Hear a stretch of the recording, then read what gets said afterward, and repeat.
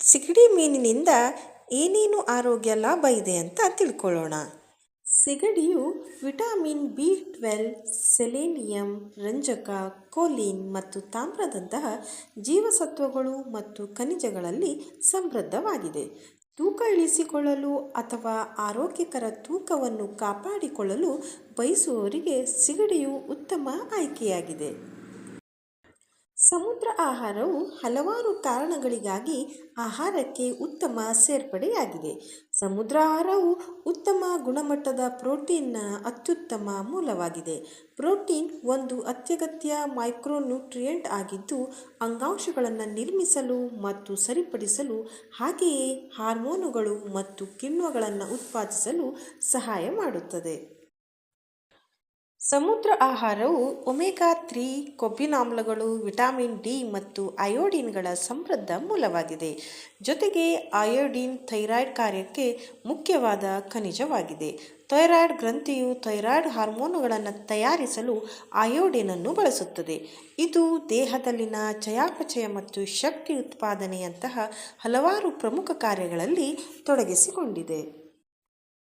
ಅಗತ್ಯ ಪೋಷಕಾಂಶಗಳ ಉತ್ತಮ ಮೂಲವಾಗಿರುವುದರ ಜೊತೆಗೆ ಸಮುದ್ರ ಆಹಾರವು ಸ್ಯಾಚುರೇಟೆಡ್ ಕೊಬ್ಬು ಮತ್ತು ಕ್ಯಾಲೋರಿಗಳಲ್ಲಿ ಕಡಿಮೆಯಾಗಿದೆ.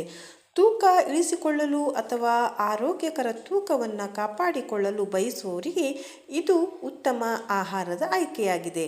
ಹೆಚ್ಚಿನ ಕೊಲೆಸ್ಟ್ರಾಲ್ ಹೊಂದಿರುವ ಜನರಿಗೆ ಇದು ಉತ್ತಮ ಆಯ್ಕೆಯಾಗಿದೆ, ಏಕೆಂದರೆ ಇದರಲ್ಲಿ ಕೊಲೆಸ್ಟ್ರಾಲ್ ಕಡಿಮೆ ಇರುತ್ತದೆ.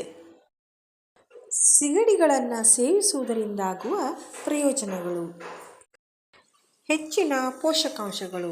ಸಿಗಡಿಯು ವಿಟಮಿನ್ ಬಿ12, ಸೆಲೆನಿಯಂ, ರಂಜಕ, ಕೋಲಿನ್ ಮತ್ತು ತಾಮ್ರದಂತಹ ಜೀವಸತ್ವಗಳು ಮತ್ತು ಖನಿಜಗಳಲ್ಲಿ ಸಮೃದ್ಧವಾಗಿದೆ. ಈ ಪೋಷಕಾಂಶಗಳು ಚಯಾಪಚಯ, ಪ್ರತಿರಕ್ಷಣಾ ವ್ಯವಸ್ಥೆಯ ಬೆಂಬಲ ಮತ್ತು ಮೆದುಳಿನ ಆರೋಗ್ಯ ಸೇರಿದಂತೆ ವಿವಿಧ ದೈಹಿಕ ಕಾರ್ಯಗಳಲ್ಲಿ ಪ್ರಮುಖ ಪಾತ್ರವನ್ನು ವಹಿಸುತ್ತದೆ.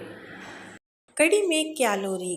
ತೂಕ ಇಳಿಸಿಕೊಳ್ಳಲು ಅಥವಾ ಆರೋಗ್ಯಕರ ತೂಕವನ್ನು ಕಾಪಾಡಿಕೊಳ್ಳಲು ಬಯಸುವವರಿಗೆ ಸಿಗಡಿ ಉತ್ತಮ ಆಯ್ಕೆಯಾಗಿದೆ. ಇದು ಕಡಿಮೆ ಕ್ಯಾಲೋರಿ, ಹೆಚ್ಚಿನ ಪ್ರೋಟೀನ್ ಆಹಾರವಾಗಿದೆ. ಹೃದಯದ ಆರೋಗ್ಯ. ಸಿಗಡಿಯು ಒಮೆಗಾ-3 ಕೊಬ್ಬಿನಾಮ್ಲಗಳಲ್ಲಿ ಸಮೃದ್ಧವಾಗಿದೆ. ಇದು ಕಡಿಮೆ ಮಟ್ಟದ ಉರಿಯೂತ ಮತ್ತು ಸುಧಾರಿತ ಹೃದಯದ ಆರೋಗ್ಯಕ್ಕೆ ಸಂಬಂಧಿಸಿದೆ. ಸಿಗಡಿಯನ್ನು ನಿಯಮಿತವಾಗಿ ಸೇವಿಸುವುದರಿಂದ ಹೃದಯದ ಅಪಾಯವನ್ನು ಹೆಚ್ಚಿಸುವ ಒಂದು ರೀತಿಯ ಕೊಬ್ಬು ಟ್ರೈಗ್ಲಿಸರೈಡ್ಗಳ ಮಟ್ಟವನ್ನು ಕಡಿಮೆ ಮಾಡಬಹುದು ಎಂದು ಅಧ್ಯಯನವು ಕಂಡುಹಿಡಿದಿದೆ. ಮೆದುಳಿನ ಕಾರ್ಯವನ್ನು ಸುಧಾರಿಸುತ್ತದೆ. ಸಿಗಡಿಯಲ್ಲಿ ಕಂಡುಬರುವ ಕೋಲಿನ್ನಂತಹ ಪೋಷಕಾಂಶಗಳು ಮೆದುಳಿನ ಆರೋಗ್ಯಕ್ಕೆ ಮುಖ್ಯವಾಗಿದೆ. ಕೋಲಿನ್ ಅನ್ನು ಸುಧಾರಿತ ಸ್ಮರಣೆ ಮತ್ತು ಅರಿವಿನ ಕಾರ್ಯಕ್ಕೆ ಮತ್ತು ವಯಸ್ಸಿಗೆ ಸಂಬಂಧಿಸಿದ ಮರೆವಿನ ಕಾಯಿಲೆಯಿಂದ ರಕ್ಷಿಸಲು ಸಹಾಯ ಮಾಡಬಹುದು. ಧನ್ಯವಾದಗಳು.